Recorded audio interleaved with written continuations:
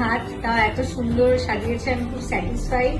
আর এরপরেও আসবো, ঠিক আছে, এবার থেকে তোকেই লাগবে, মানে রাখিস আর কি ডেট আমার জন্য ফাঁকা। একদম একদম, থ্যাংক ইউ, আবার এসো, থ্যাংক ইউ।